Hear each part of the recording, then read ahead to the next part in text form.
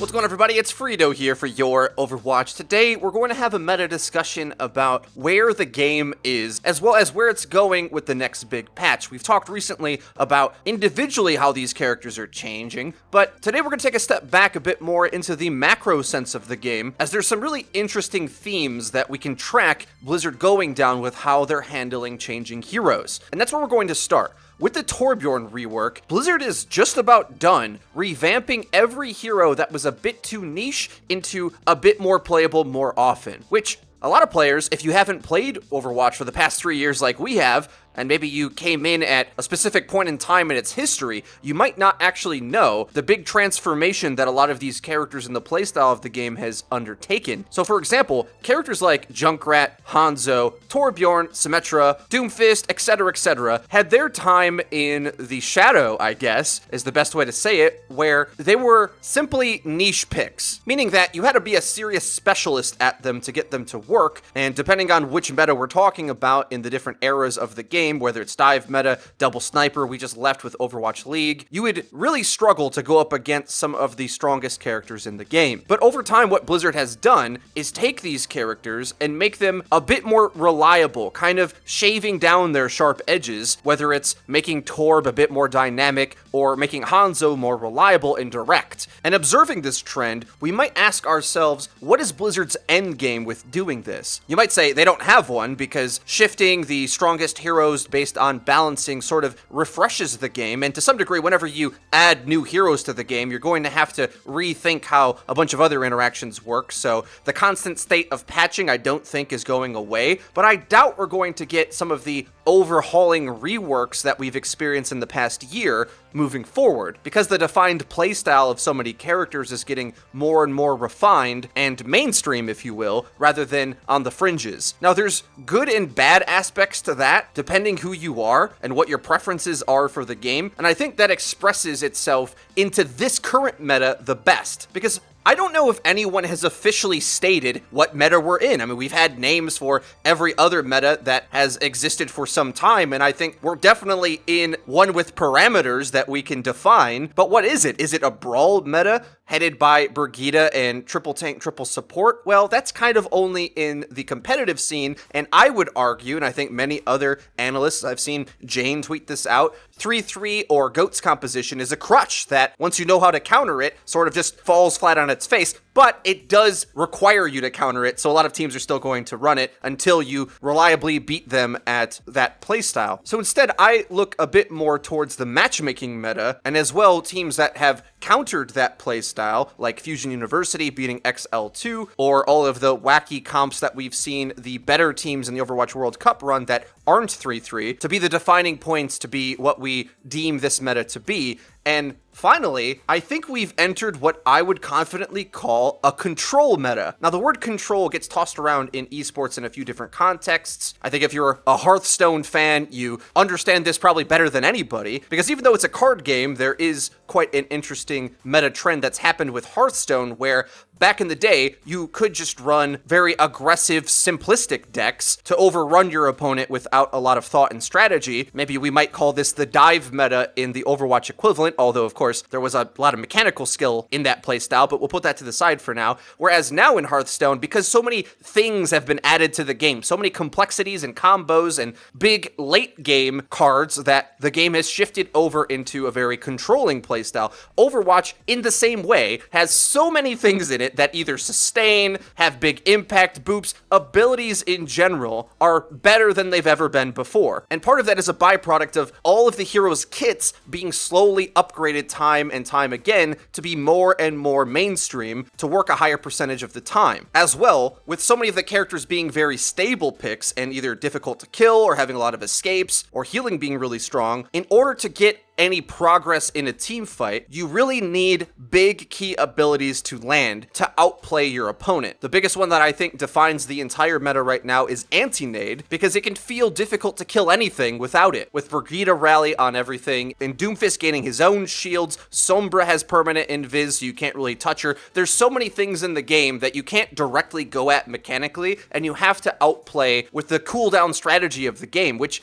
kind of leads me to another point. Oddly enough, despite a lot of players seemingly thinking tanks are really weak right now, this is one of the strongest tanking play metas that I think we've ever had. So strong that some teams run 3 of them. I think you'll find if you start running triple tank more often, whether it be Reinhardt focused or even triple tank dive with Wrecking Ball, you're going to destroy teams, because the ability of sustain to bully over a lot of comps is through the roof right now, because there's impactful abilities like anti-nade that if you just fight well enough to create an opening for it, you win, or other key abilities like headshots from a sniper or getting your Doomfist active to eventually hit a punch into a wall. And although I can't know the developer's intentions, I think to some degree, based on all of this evidence I've discussed thus far, this is getting towards what their final vision for the game is supposed to be, where the maximum number of things in the metagame is deemed useful, and as we keep developing more and more heroes into the game, there becomes a bigger and bigger rock, paper, scissors effect with how everything interacts. For example, as you guys know, perhaps all too well, we think Brigitte is a bit too powerful. It's not that you can't counter Brigitte, but she gets so much guaranteed value that even if you counter her most of the time, she just eventually will be able to grind out value without needing a whole lot of skill to do so. Whether it's eventually getting a stun whip shot combo, or whenever Rally comes online, having her team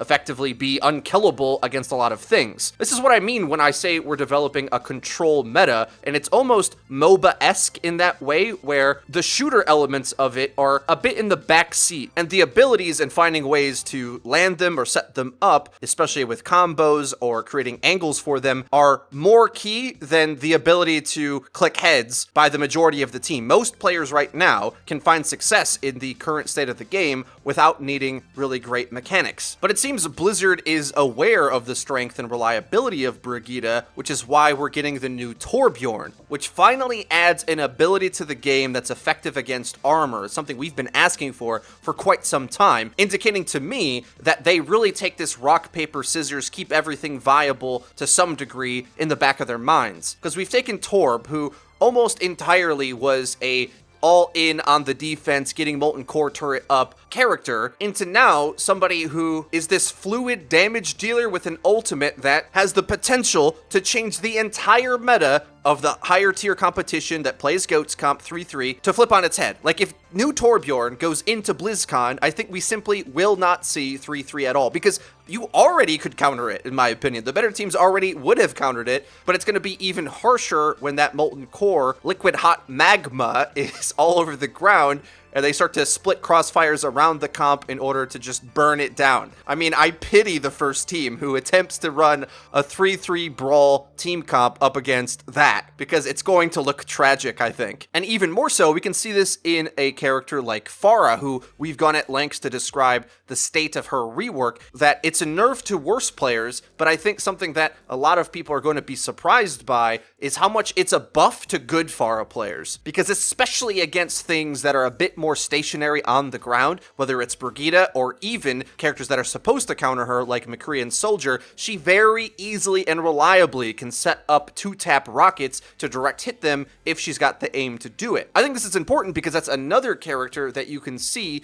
kind of counteract the brawl meta as it's been established, because dealing damage with Farah was just so slow before, but now, as long as you hit your directs, now you simply deal more damage and more easily can burst things down, whereas up against a 3-3 comp, Farah essentially was playing to charge barrage because she often couldn't kill anything with 3 supports healing each other. And when all these things are said and done, we may actually find ourselves in the most diverse meta we've ever seen. I think we're moving more towards a cooldown or utility or control meta. I mean, we're in one now, but even further cementing us towards that is the direction that Blizzard is going, where there's a lot of low mechanical skill value available, which I think is a good thing because it makes the game accessible for more players and a bit easier to get a grip on because the game plays quite a bit more methodical and slow. Even if it's hectic in a crazy brawl, it's still not as fast as the dive meta was way back in the day. If you didn't play during that, I don't know what to tell you, but it was pretty crazy to see both teams have Tracer, Genji, Winston, D.Va, Lucio, Zen at all times. Things just died instantly, they moved all the time. That way of playing the game was insane, whereas now you have characters that still do that and play crazy with mobility and lethality like Doomfist, Doomfist, but you also have a character like Brigitte who stalls the point and stays alive seemingly forever. And the way that a lot of the abilities interact is sort of an unstoppable force versus an immovable object, having the two styles of play collide into each other